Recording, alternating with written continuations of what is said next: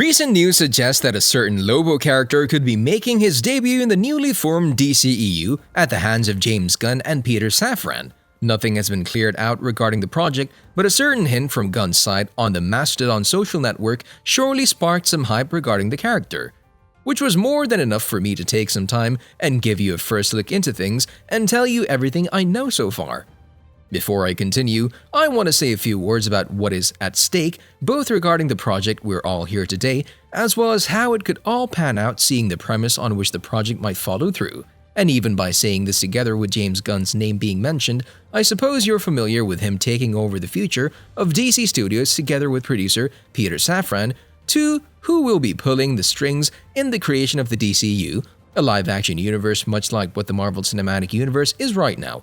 The filmmaker addressed the public not too long ago, a lengthy statement in which he said what was on his mind, as well as what the fans should expect regarding what's coming and what's not coming, something that broke the internet regarding many of the projects that have clearly already been confirmed of already being put in development, and the likes of a third Wonder Woman sequel and a Man of Steel sequel are just some of the movies that were disbanded and swept under the rug, something the fans didn't like, which is why Gunn also added that it was a huge and thoroughly examined decision that even before it was officially was bound to not make every single person happy.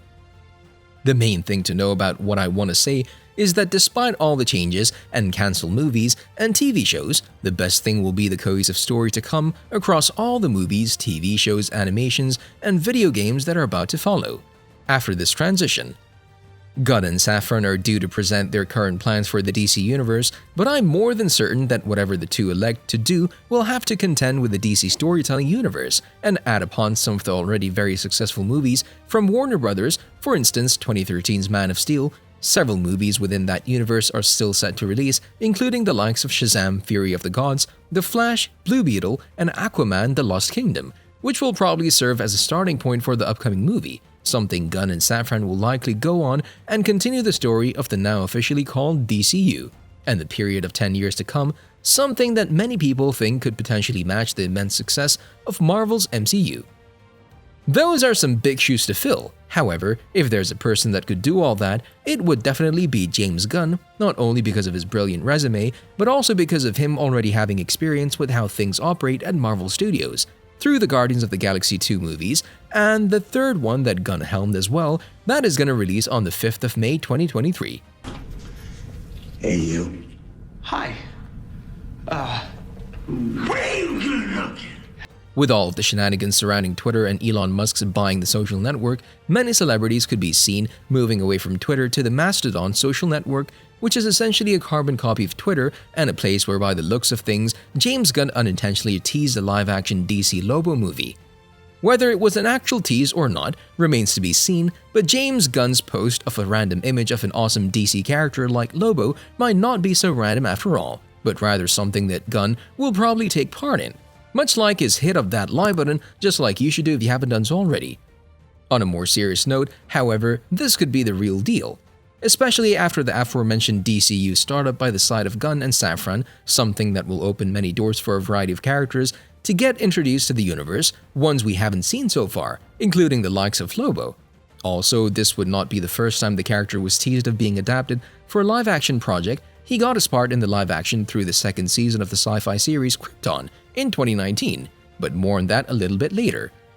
There have been whispers of movies focused on Lobo being developed at one point, but one of them ever got off the ground, and this time I think might be just the right time for the character, not only because Gunn would be the one overseeing the project, but also because of the only live-action version of the character that appeared so far not being accepted by the fans at all. So who even is Lobo? Well, stick around to find out some of the most important details about the character through a short journey of his comic book history, and with that in mind, let's dive right in.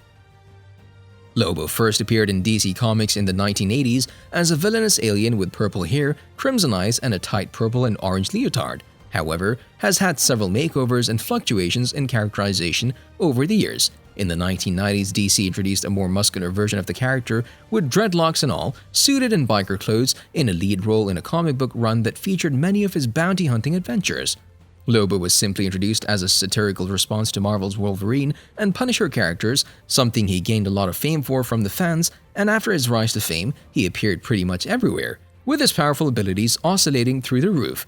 In the comics, he was given the ability to clone himself and a powerful sense of smell, which he uses frequently to hunt down his bounties across the galaxy, two of the most notable weapons in his arsenal, and something which could pave the way for the live-action version of the character. It'll be a tricky thing to adapt the character to the live-action action, mainly because of the inconsistent adventures that pretty much send him across the entire DC Comics universe. However, there's some consistency in the character as well. For instance, he's a Czarnian, hailing from an alien planet called Czarnia. His heritage is the source of his immense physical strength, which proved very crucial when he met Superman and managed to match him in that regard, even without the aid of kryptonite.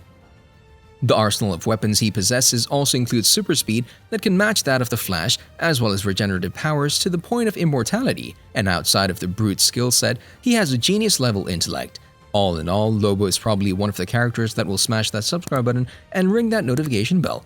But no, in reality, the one that will pose a huge threat to the DCU if the character ever makes the live-action side of things, a very strong villain that will take some form of a team to stop or restrain, seeing how he's pretty much immortal. Female in heat. Stop! Oh my god! What is wrong with you? Why don't I show ya?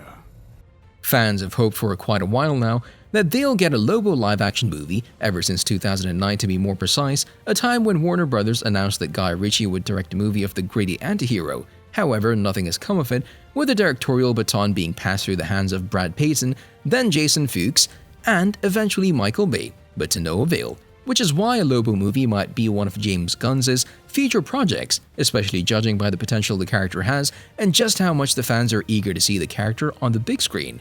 The other interesting thing regarding the hyped Lobo project is that Jason Momoa could potentially be put in the role of the character, something that Momoa teased himself, who said that a dream project might be coming his way after a new life has been given to an interesting project by the side of James Gunn. Now, this doesn't mean that it's the real deal, but it could potentially turn out to be true, with the only one worrying thing being the fact that Momoa is already portraying the role of Aquaman in the DC universe. Perhaps the character could die in the upcoming Aquaman and the Lost Kingdom movie. Who knows? Anything can happen, but whatever the case may be, when you look at the big picture and everything revolving around the rumored project, the speculation could very well become true, with the only thing left for us to do right now being to sit back, relax, and wait how things will unfold with the DCU. See you in the next video.